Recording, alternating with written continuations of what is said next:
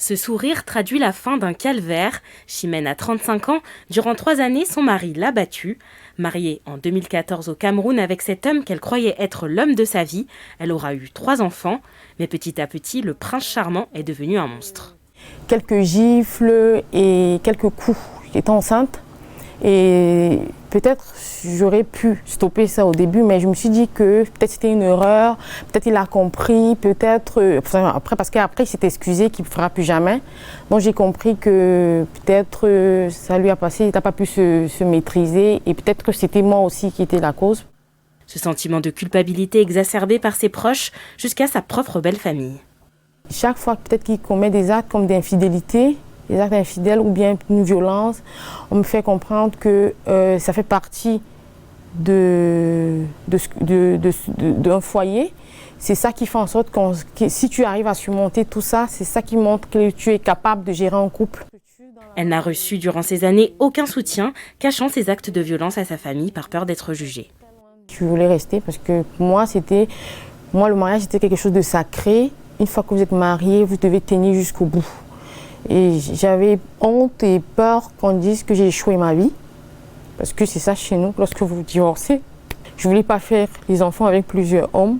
Moi, il fallait tenir jusqu'au bout. S'il fallait me sacrifier pour mes enfants, je le ferais. À chaque retour de France où il vivait une partie de l'année pendant 5 ans, son mari faisait subir une violence physique et psychologique à Chimène. Pour lui, la femme doit faire le ménage et s'occuper de ses enfants, ce qu'elle n'acceptait pas. Octobre 2019, suite à un regroupement familial, elle vient finalement s'installer en France avec son mari. 3 mois de cauchemar. Il tapait sur moi, il me traînait il me tirait par les pieds et il me jetait dans la chambre. Alors qu'elle subit une nouvelle grossesse non désirée, elle trouve la force de prendre la fuite. En pleine nuit, réfugiée chez ses sœurs, elle rencontre finalement une assistante sociale. Elle trouve refuge ici, dans cet accueil de jour départemental des Yvelines pour les femmes victimes de violences.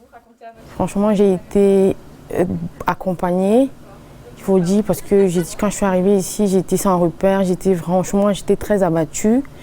J'ai d'abord eu beaucoup de réconfort. Ils vous accompagnent aussi avec votre procédure.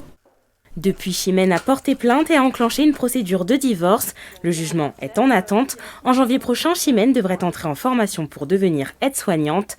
Des centaines de femmes victimes de violences comme Chimène poussent la porte de cette structure. 2 travailleurs sociaux spécialement formés les accueillent.